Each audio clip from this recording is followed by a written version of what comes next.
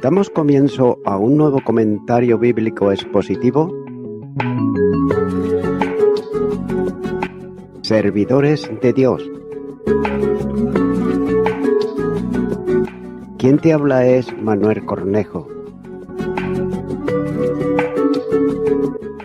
En esta ocasión estaré compartiendo sobre el libro de Job, capítulo 5 y versículo 1, donde dice: Ahora pues, da voces. ¿Quién te responderá? ¿Y a cuál de los santos te volverás? Note que ahora le está diciendo: ahora pues, da voces. Y estas expresiones utilizadas aquí parecen derivarse de la ley, donde la palabra llamar denota el lenguaje del demandante y responde al del demandado. Ya que según esto, el significado de la palabra llamar ahora, es decir, llamar a la deidad a rendir cuentas o presentar una acción en contra de él, o más bien, apropiadamente, entrar en una discusión o litigio, como por ejemplo ante un tribunal. Podemos observar lo que nos dice en Isaías capítulo 41 y versículo 1, donde dice: Escuchadme, costas, y enfuércense los pueblos, acérquense, y entonces hablen. Estemos juntamente a juicio. Note que también le dice: ¿habrá quien te responda? Es decir, si hay alguien que te responda en tal prueba. Por otro lado, Noyes traduce esto cuando dice: mira si él te responderá.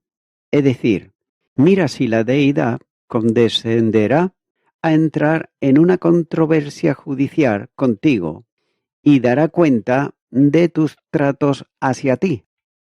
También por otro lado, el doctor Gohl lo traduce de esta manera cuando dice: ¿cuál de estos puede venir a ti? Es decir, ¿cuál de estos insectos débiles, efímeros y perecedores, cuál de estas pueden brindarte alguna ayuda? El significado probablemente es: vaya a juicio, si puede encontrar a algún demandado, si hay alguien dispuesto también a participar en este debate, y que el asunto sea juzgado y determinado de manera justa.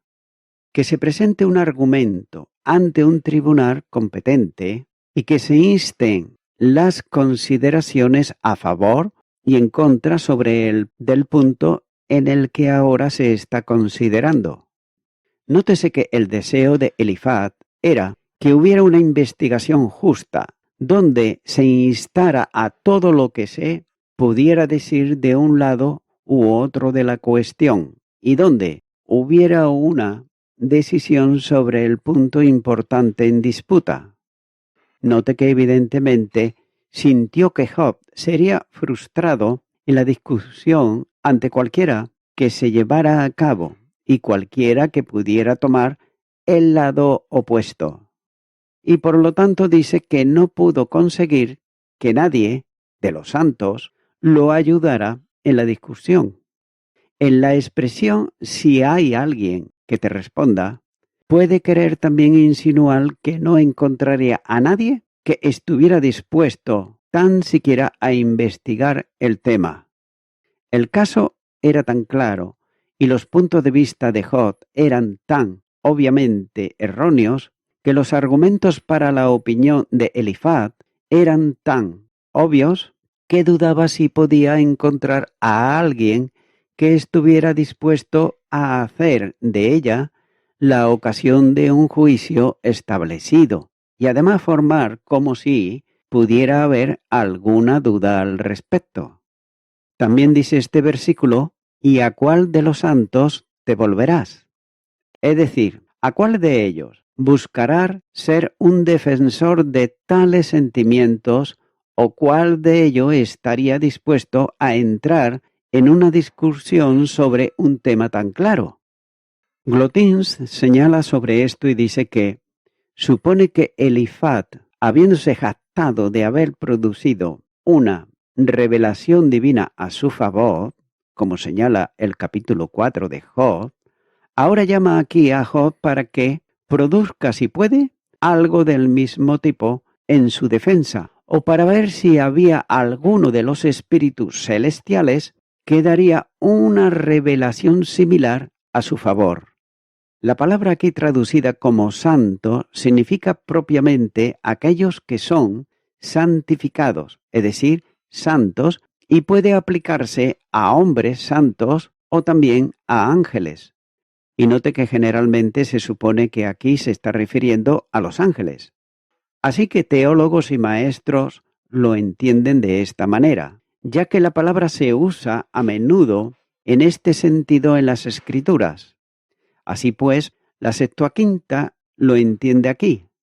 Tal es probablemente su significado y el sentido de este pasaje es: llama ahora y no encontrarás a nadie dispuesto a ser defensor de tales sentimientos como has mostrado, ya que ningún ser santo, seres humanos o ángeles, lo defendería.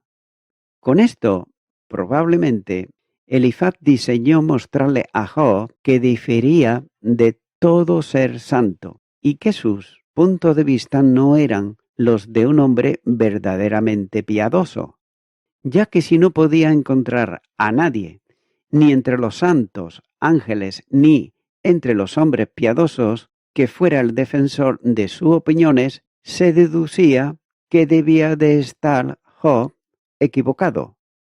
Continuar con el versículo 2, donde dice: es cierto que al necio lo mata la ira, y al codicioso lo consume la envidia.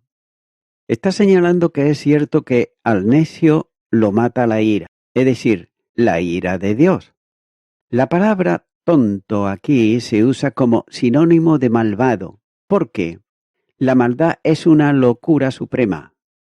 La proposición general aquí es que los impíos son cortados y que son superados con grandes calamidades en esta vida. En prueba de esto, Elifaz apela en los siguientes versículos a su propia observación. La inferencia implícita es que a Job, habiéndolo quitado todas sus posesiones y habiendo sido abrumado también con calamidades personales indescriptiblemente grandes, debería ser considerado como un gran pecador, ya que algunos suponen, sin embargo, que la palabra ira aquí se relaciona con la indignación o con el pronto del individuo mismo, y que la referencia es al hecho de que la ira o el pronto se aprovecha del espíritu y atrae la venganza divina.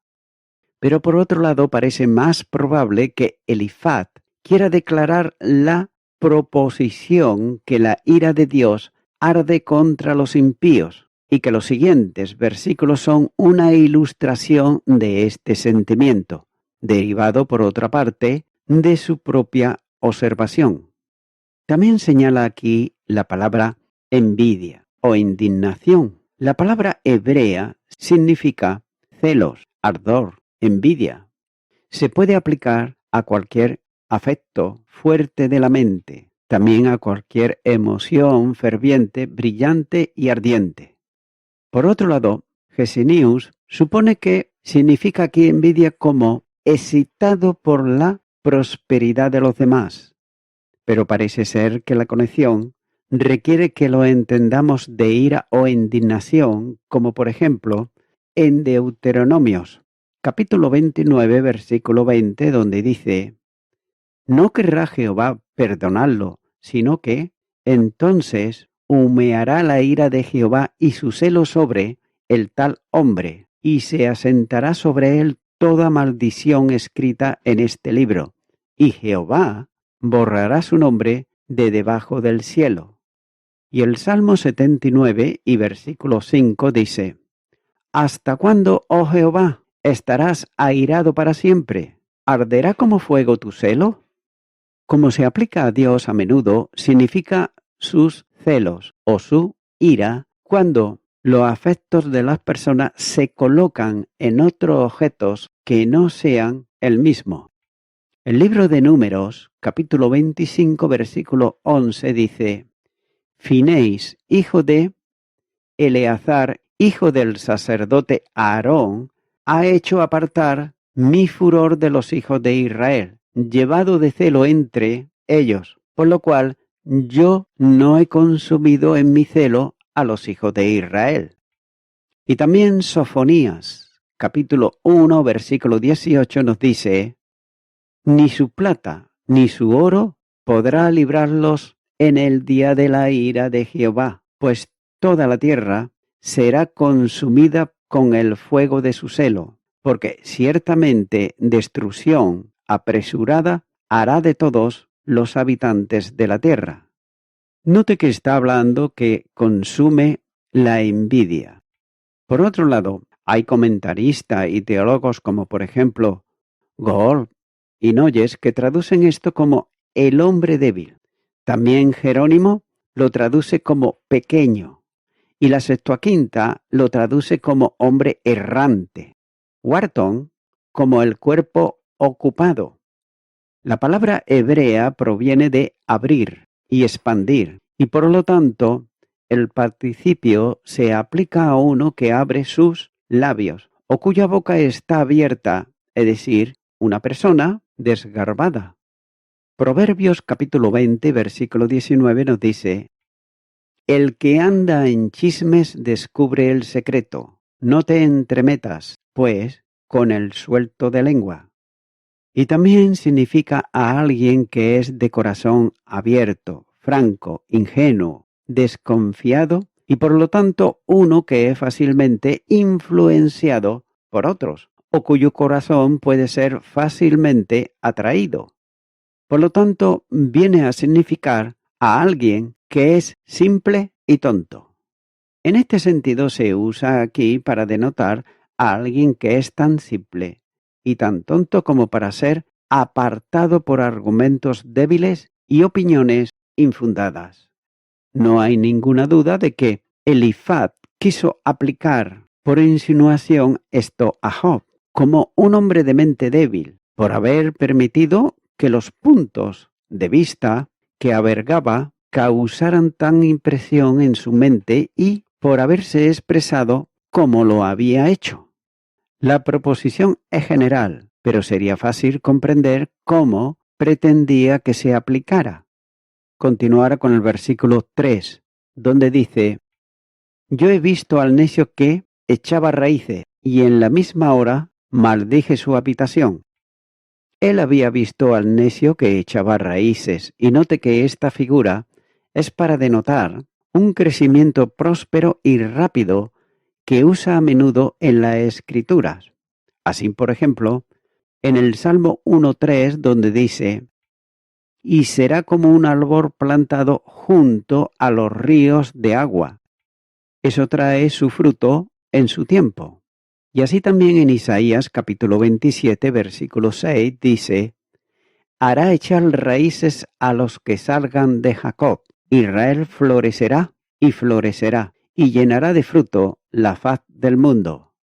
Y el Salmo 80 y versículos 9 y 10 dice: Prepárate habitación delante de ella. Y lo hizo echar raíces profundamente y llenó la tierra. Las colinas estaban cubiertas con la sombra de ella, y las ramas de ella eran como los buenos cedros.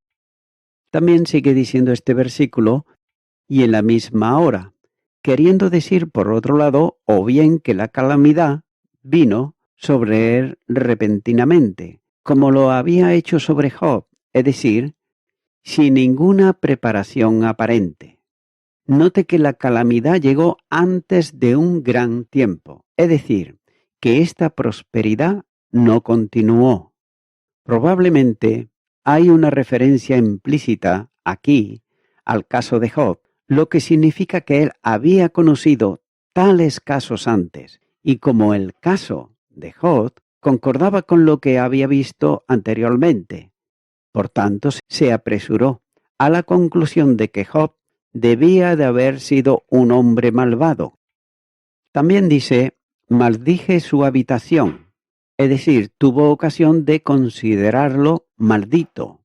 Es como si dijera, fui testigo de la caída de su fortuna y declaré que su habitación estaba maldita, ya que vi que Dios lo consideraba como tal y que de repente lo había castigado. Note que esto concuerda con la observación de David, mencionado anteriormente. Continúo ahora con el versículo 4, donde dice, sus hijos estarán lejos de la seguridad, en la puerta serán quebrantados y no habrá quien los libre. Dice que sus hijos estarán lejos de la seguridad, es decir, esto se manifiesta pronto a ser cortados o sometidos a calamidad, ya que el objetivo de Elifaz es declarar el resultado de su propia observación y mostrar cómo la calamidad se apoderó de los malvados, aunque incluso prosperaron ellos por un tiempo. Note que comienza con lo que un hombre sentiría más, es decir, la calamidad que viene sobre sus hijos, y dice que Dios lo castigaría en ellos. Tengas en cuenta que cada palabra de esto iría directamente al corazón de Job, porque no podía dejar de sentir que estaba dirigido a él y que el propósito era probar que las calamidades que habían venido sobre sus hijos era una prueba de su propia maldad y del desagrado divino. También es notable que Job escuche esto con la mayor paciencia, ya que no hay interrupción del orador, no interrumpe en el argumento de su amigo. Tampoco hay marca de inquietud, ya que la cortesía oriental requería que un orador fuese escuchado atentamente a través de cualquier cosa que él pudiera decir, ya fuera palabras cortantes o severas. Por lo tanto, como debe de haber sido esta tensión de observación, el paciente se sentó dócilmente y lo escuchó todo y esperó el momento apropiado cuando una respuesta podría ser devuelta. Sigue diciendo, en la puerta serán quebrantados. La puerta de una ciudad, en la antigüedad, era el lugar principal de la explanada y era un lugar donde, generalmente, se tramitaban los asuntos políticos y donde se celebraban los tribunales de justicia.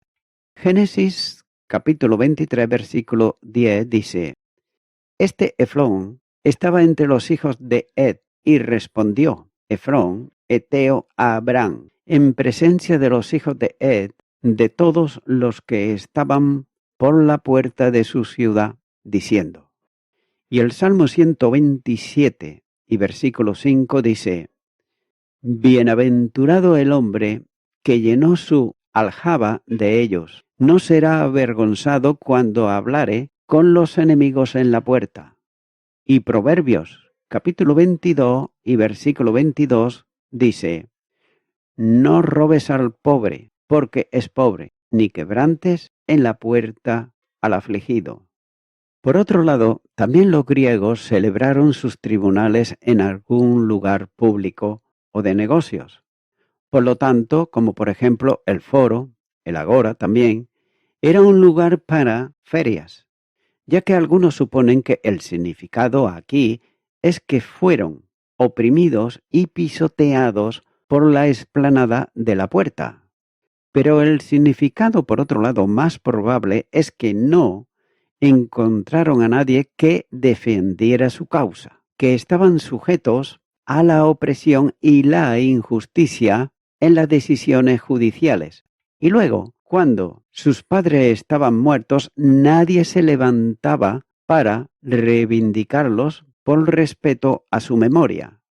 Así pues, la idea es que, aunque podría haber prosperidad temporal, no pasaría mucho tiempo antes de que grandes calamidades vinieran sobre los hijos de los malvados.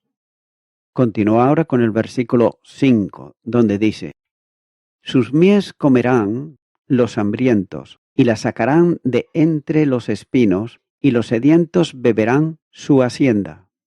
Dice que sus mies comerán los hambrientos, es decir, no se les permite disfrutar del uso de su propio trabajo, ya que el campo de cosecha está sujeto a las depredaciones de otros, que se la ingenian ellos para poseerlo y consumirlo. También dice que y sacarán de entre los espinos, o bien la agarran hasta las mismas espinas. Es decir, que el ladrón hambriento se apodera de toda la cosecha. Se lo lleva absolutamente todo, incluso a los cardos, y la paja, y el berbecho, y cualquier sustancia impura que pueda estar creciendo con el grano, ya que no espera para separar el grano de otra sustancia, sino que lo consume absolutamente todo. Y no escatima tampoco nada. También dice que los sedientos beberán su hacienda. Por otro lado, Noyes interpreta esto y dice como, por ejemplo, Gesenius, que propone hacer una trampa, se abre después de su sustancia, ya que el verdadero sentido puede ser el jadeo sediento o jadeo después de su riqueza, es decir, la consumen. La palabra traducida en nuestra versión común, el ladrón es, según las versiones antiguas, lo mismo que el sediento. Y este sentido notamos que es el paralelismo ciertamente que así lo requiere, ya que es tan obvio, es esto, que es mejor suponer un pequeño error en el texto hebreo que darle el significado de una trampa, como hace por otro lado Noyes y como propone Gesenius. La palabra traducida traga significa apropiadamente respirar con dificultad, jadear, soplar y luego bostezar después de desear absorber. Y el sentido aquí es que los sedientos consumen su prosperidad. Note que toda la figura está tomada de ladrones y no hay ninguna duda de que Elifaz quiso aludir implícitamente a la facilidad de Job y decir que había conocido precisamente tales casos donde, aunque hubo gran prosperidad temporal, sin embargo, en poco tiempo los hijos del hombre que prosperó y que profesó ser piadoso, pero no lo fue, fueron aplastados y su propiedad arrebatada por ladrones. Fue esta similitud del caso de Job con los hechos que había observado, lo que le asombró tanto con respecto a su carácter. Y voy concluyendo con esto. Note que Elifaz está diciendo que él ha visto al necio, al malo, prosperar, pero que finalmente ellos cayeron. Y de paso podemos decir que eso es verdad. Eso uno lo puede leer, por ejemplo, en el libro de los Salmos, donde David también tenía la misma dificultad y él dijo en el Salmo 37, versículo 35, «Y yo vi al impío sumamente enaltecido y que se extendía como laurel verde». Pues bien, él prosperaba mientras los buenos justos no lo hacían. David dice, vi al impío y me di cuenta, pero finalmente Dios derribó al impío. Dios se demoró mucho tiempo para derribar una persona como por ejemplo Hitler. Esto es verdad. Pero ahora eso ya no parece tanto tiempo. Ahora es que si alguno de nosotros hubiésemos vivido durante esa época, hubiéramos pensado que era demasiado largo. Y lo mismo con otras personas como esas. Ahora bien, podemos pensar entonces, ¿por qué no actúa Dios más rápido? Pues bien, Él no lo tiene que hacer, ya que Él actúa lentamente, pero actúa, ya que Dios derribará a su tiempo a los impíos, pero tenemos que darle el tiempo. Dios tiene toda la eternidad por delante y nosotros tenemos unos pocos de años. Amigo y amiga oyente, en esta sociedad actual es sabido que reina la ley del más fuerte, que reina la injusticia y se puede ver como los impíos, los injustos, casi siempre ellos salen victoriosos. En cambio, los justos son perjudiciados. Y esto hace que muchas personas digan, ¿pero dónde está Dios? ¿Por qué permite esto? Sin embargo, todo esto es de momento, ya que la palabra de Dios dice, vi al impío y me di cuenta, pero finalmente Dios derribó al impío. Amigo y amiga oyente, la palabra de Dios nos muestra en Romanos capítulo 3, versículo 10 al 13 dice, como está escrito, no hay justo ni aun uno, no hay quien entienda, no hay quien busque a Dios, todos se desviaron a una, se hicieron inútiles, no hay quien haga lo bueno, no hay ni siquiera uno. Sepulcro abierto es su garganta, con su lengua engañan, veneno de ápides hay debajo de sus labios. El impío, el injusto, el corrupto, el inmoral, viven de esta manera porque practican precisamente el pecado. Y la palabra de Dios nos muestra también en Romanos, capítulo 6, versículo 23, dice, porque la paga del pecado es muerte, mas la dádiva de Dios es vida eterna en Cristo Jesús, Señor nuestro. Amigo y amiga oyente, como acabo de decir, Dios tiene toda la eternidad para juzgar al corrupto, al inmoral, al impío. Ten por seguro que llegará ese día. Tardará, pero llegará.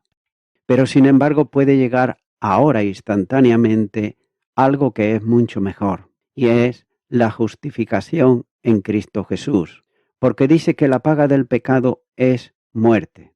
Pero lo que Dios te ofrece, lo que Dios te da ahora, antes que llegue ese día, es vida eterna en Cristo Jesús, Señor nuestro. De manera que, por tu bien, es necesario que aceptes a Jesucristo en tu corazón, en tu vida, para que ese día en el cual tú debieras de comparecer ante el tribunal de Cristo, no lo hagas porque así ya has recibido ahora aquí a Jesucristo en tu corazón y Él te ha justificado delante de Dios.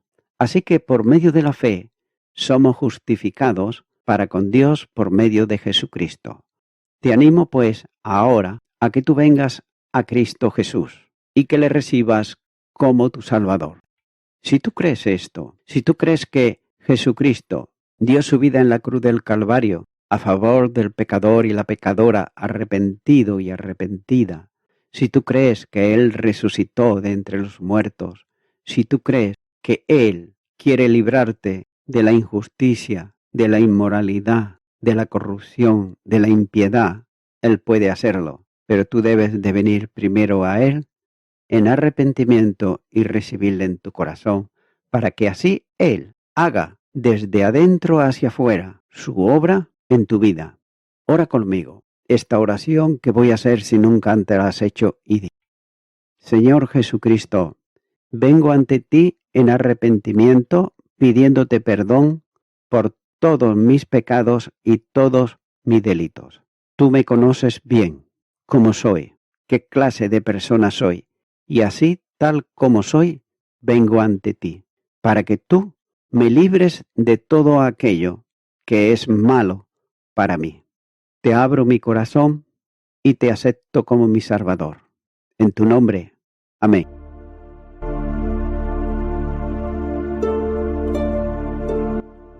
Amigo y amiga oyente, si tú has hecho esta oración de corazón, te recomiendo que comiences a orar a Dios, en primer lugar, en el nombre del Señor Jesucristo. Orar a Dios no es rezar, sino que es hablar con una persona. También te recomiendo que leas la palabra de Dios y lo hagas a diario. Comienza, por ejemplo, con el Nuevo Testamento. Y también, por último, te recomiendo que para que puedas crecer espiritualmente, te congregues en una iglesia cristiano-evangélica, donde se predique, se enseñe y se practique la sana doctrina y la palabra de Dios. Congrégate ahí y con el tiempo podrás crecer espiritualmente y también servir al Señor Jesucristo. Que Dios te bendiga.